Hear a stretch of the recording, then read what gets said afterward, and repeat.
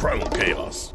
Hey guys, PrymalChaos here, welcome to the channel. So about a year ago, I stumbled upon a little band that sort of changed the direction somewhat of this channel in a pretty remarkable way. If you've been around for a long time, some of you may have been around sort of in the early days.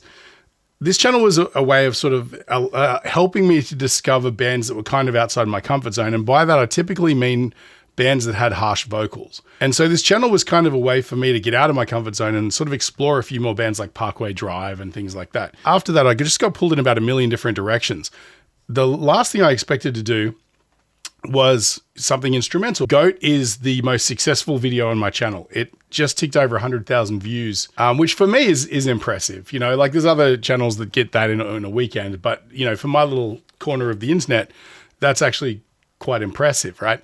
And so when this popped up on my feed, Reverie, I immediately thought, well, it's time I got back to Polyphia because I kind of owe them, right? It's been a big deal for me to have, you know, their videos on my channel.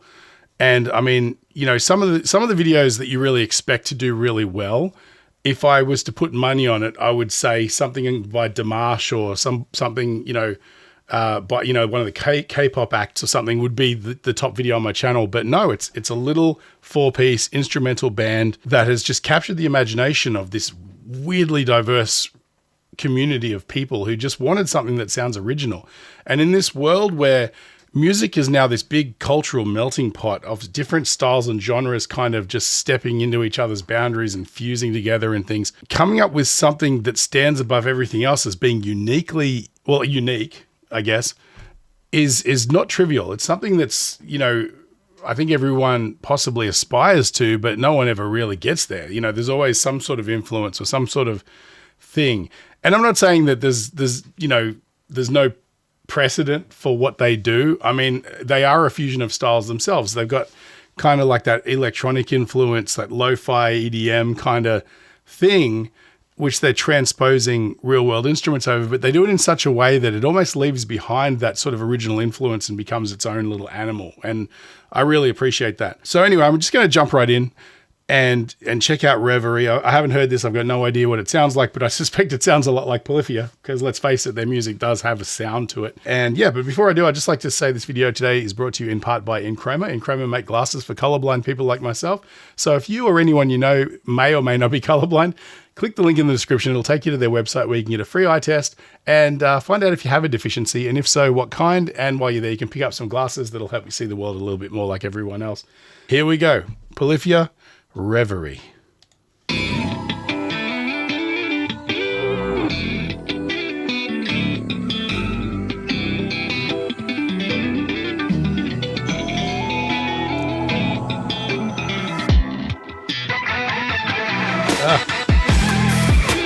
Okay.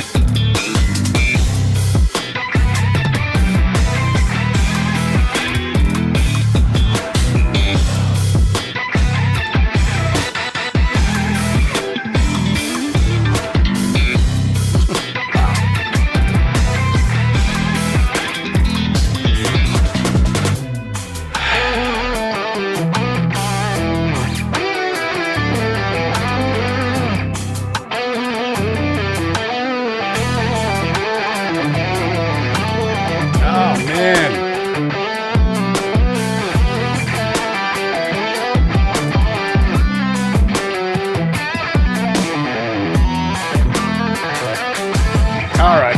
Yeah. Okay, so there's going to be a bit of stopping in this one because they don't have a standard formulaic layout for their songs. Like normally I'll be like, oh, I'll just jump back to the first verse. I want to talk about something. But in this case, I'm going to forget things. So, I mean, first of all, as soon as it starts, it's like, okay, this is just Polyphia. You can hear, you know, their own influence in the way that they do things. But, you know, there's still a certain amount of, like, I guess, structure to what they do. There's definitely an intro and then there's like a first verse, at least so far anyway. But what I wanted to talk about was we've all heard them do the crazy sort of percussive, syncopated kind of things. And, you know, back here, there's a perfect example. Whereabouts is it?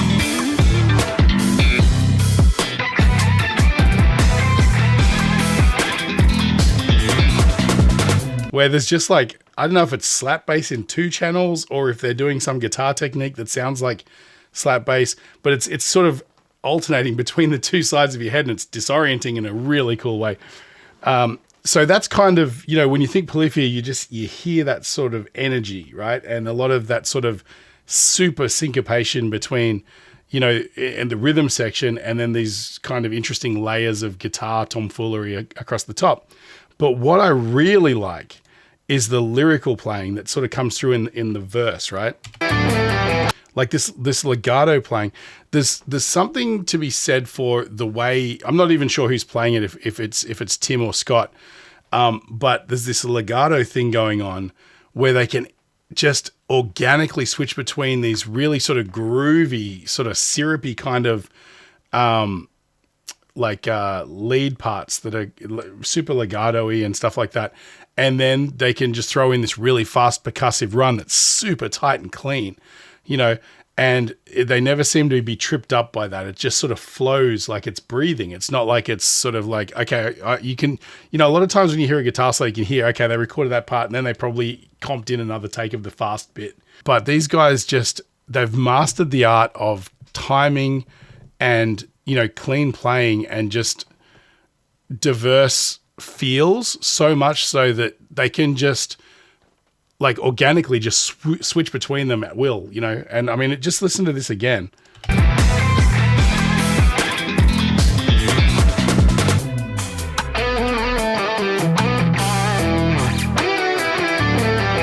Harmony parts.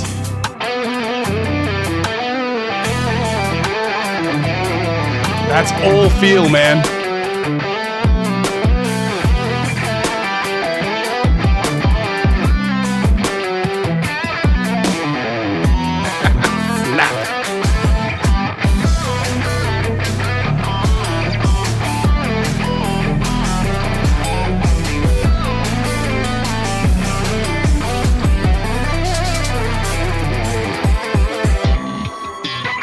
See, it just feels like stepping on the accelerator. Like you've gone through all the curves and you've just hit the straightaway and you can just wow and just take off, like, you know, drop down a gear and just launch. And that's just what it feels like. It feels like you're, you know, this would be the perfect music to have like shots of cars cruising around like a mountain in Sweden or Switzerland or somewhere. I love that the clip is kind of, you know, it's called Reverie, which is essentially dream, right? Or memories. And it seems like that's what it is a compilation of the fun times they've had, you know, and we've seen some shots of crowds and they're obviously honoring their tight-knit sort of core fan base who, you know, they have a really dogged fan base. And, you know, they may not be a top 40 band, but it doesn't matter because the intensity of the love that these guys have is, you know, just as powerful as, you know, being a household name means only so much, because it means that the vast majority of your audience knows about you, but doesn't care as much, you know, as something like Polyphia, where you've got people who just can't even believe what they do, to the point where they just become fascinated by them. I really dig that. You know, they show the obligatory tattoos and things like that. All right, let's jump into this next bit. This looks like a lot of fun, by the way.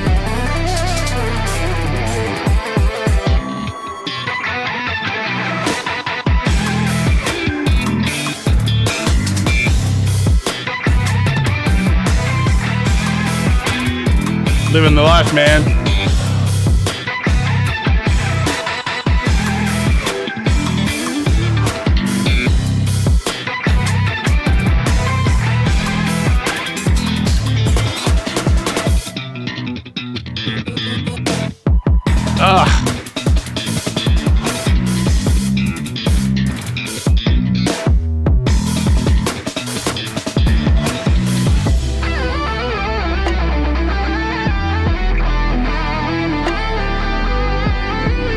Oh, those synth sounds are really nice.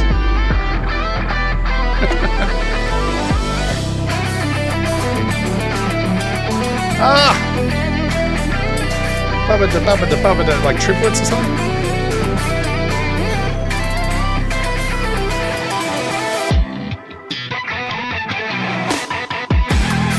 I love that little repeating part there. we got to talk about the guitar tones, right? Because guitar players live and die by their tones, right? There's tone Nazis and tone warriors out there who are like, the only thing that matters is tone. And I would flat out disagree with that. I think that there's such a thing as having a good tone and a tone that really gets your attention. For me, some of the greatest guitar tone I can remember hearing is Rosanna guitar solo, both guitar solos in Rosanna. Steve Lukather, right?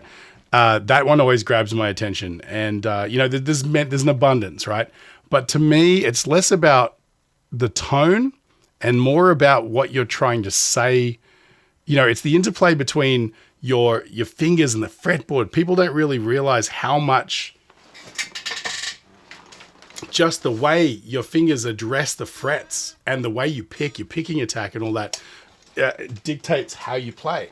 Like when you think of someone like Steve Lukather, back then they just had an amp, they cranked it, they might have put a little bit of chorus on there. The valves did all the work and it sounded nice. But I mean, if I picked up that same rig and tried to play, it would sound like trash. It's because Steve's fingers and his instinct and the way he approaches his runs and the dexterity with which he can move through a scale are the things that make the tone sound good, right? It's the same as I always used to say, if I came across Brian May's tone while I was dialing in my amp, I'd be like, ugh, and I'd turn it off, right? But when you hear Brian May play a solo, it's Brian May playing a solo, right? It's indistinct. It's 100% distinguished. It's like nothing else. There is a helicopter above me right now. I think the cops are after me. But like what's interesting is Polyphia, because they're bridging that gap between, electronic and stuff. Like they're a rock band, but they're not really playing rock per se, right? So the traditional rock tones are irrelevant. And so when you listen to something like this part here, that's like super scratchy. That's a flex.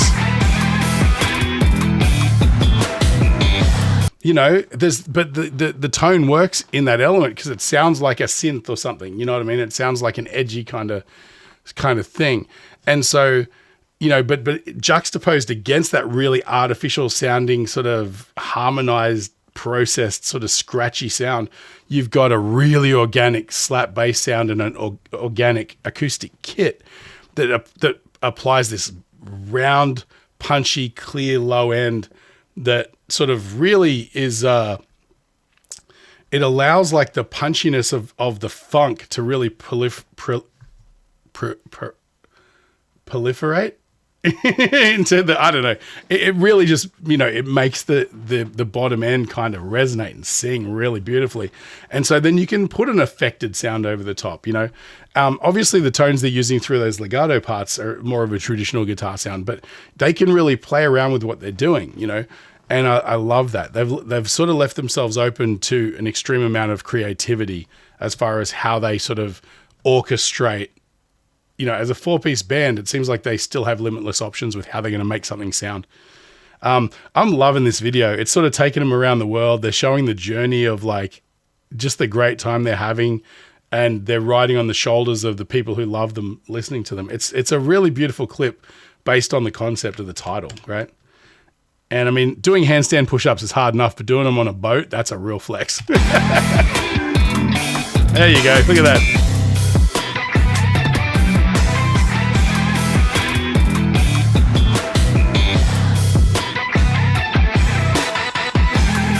Where are they, London now or something? Wow.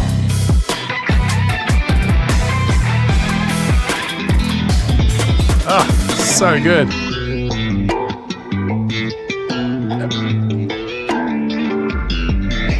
Oh. Oh. Tim's about to have an existential crisis. I got a story about a friend who went to Amsterdam. Maybe for another episode I'll save that one, but boy, let's just say days later he was still not having a great time.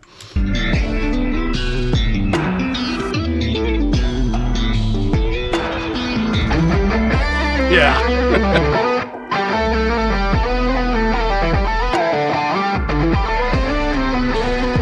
Yep. There it is. Oh, that's great. That's great. Oh, come on. Oh, the tone. I know I just talked about tone, but listen to that, man. Just the way it saturates so beautifully just as it drops down to like the low end in those runs and stuff like that. It's clean and it's bright and punchy, and it doesn't sound like there's hardly any reverb on there if there is any at all. But it just sounds kind of, I mean, maybe there's an octaver on there or something? Something's going on with it, but there's a harmonized part in the left ear. Oh, and now it's in the right ear.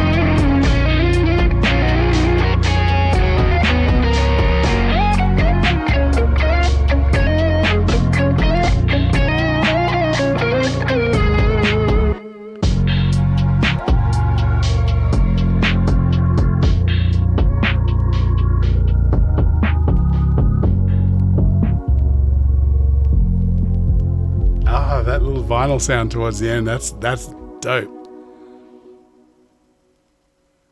Come on, guys. Wow. I mean, look, you know, it's Polyphia. It's always going to be the Polyphia. But, you know, there was nothing about that I didn't expect, because, you know, you kind of go into a Polyphia song kind of half expecting to get what, you know, you end up getting. But you just forget sometimes. If it's been a minute since you've listened to them, it's just crazy. Credit to whoever mixed it as well. I don't know, because I know Tim's got a pretty good studio. I wonder if he tracks and mixes. I really don't know, but his ear is insane if that's the case, because everything's so beautifully balanced and clear. And I understand when it's a 4-piece band, it's a little bit easier than when you're doing something that's got a million synths and, you know, a big stadium sounding rock kit. When you've got a really dry sort of funky sort of groove kit, it makes it a little bit easier to sort of lock things together. There's a little less frequencies you got to manage, but I mean, it sounds absolutely beautiful. You know, the way it's mastered and everything is just rock solid, perfect frequency response and all that. That's the nerd stuff out of the way. The playing is always going to be sublime, but you know, it's kind of like, there's something about them. There's a magic there, because something like this could very easily fall into the category of Muzak, right? M-U-Z-A-K, like the sound they play in elevators, you know, like Girl from Ipanema kind of, you know, in the background kind of thing. Because, I mean, there's a hair's breadth of difference between something like this and something that like an influencer will play behind their tech video when or like a vlog video or something when they're, you know, doing something technologically. And the difference here is like, there's like a life to it. There's a real passion to it. It's not just lo-fi nonsense.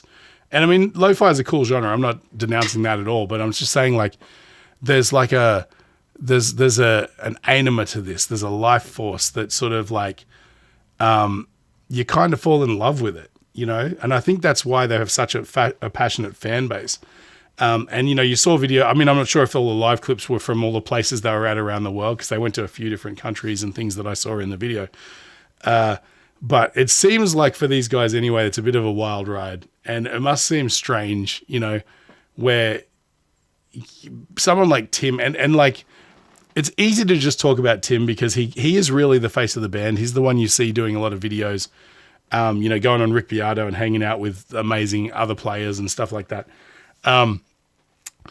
But, you know, I wonder if they ever suspected that they would become such a global phenomenon, you know? I don't know. Maybe they always assumed this was how it was going to be, because, I mean, all the ingredients are in the right place for it to be the case, but originality, great sounding music, a great attitude, innovation, you know, sublime virtuosic playing from all 4 members, not just, you know, again, it's easy to talk about Tim, but, you know, everything Tim does, Scott does backwards and in high heels, so to speak. You know, if you've ever heard that expression of like, Fred Astaire, I think it was, you know, Ginger Rogers does everything Fred Astaire does backwards and in high heels. I probably misquoted that horribly, but you get the idea. And then, of course, you know, both Clays are just magnificent players. And it's easy to think of Polyphia if you're on the I keep saying if you're on the periphery, but that kind of lends a little bit too much to like, talking about periphery, and I'm not doing that right now. But people who are like casual listeners might say to somebody, you got to check out Polyphia. They're an amazing guitar band, but they're not. They're a 4-piece unit that just expresses themselves in this complex knot of just absolute brilliance. That it's like when a lot of lay people will look at a band, and when they think of the band, they won't think of the band, they'll think of the singer.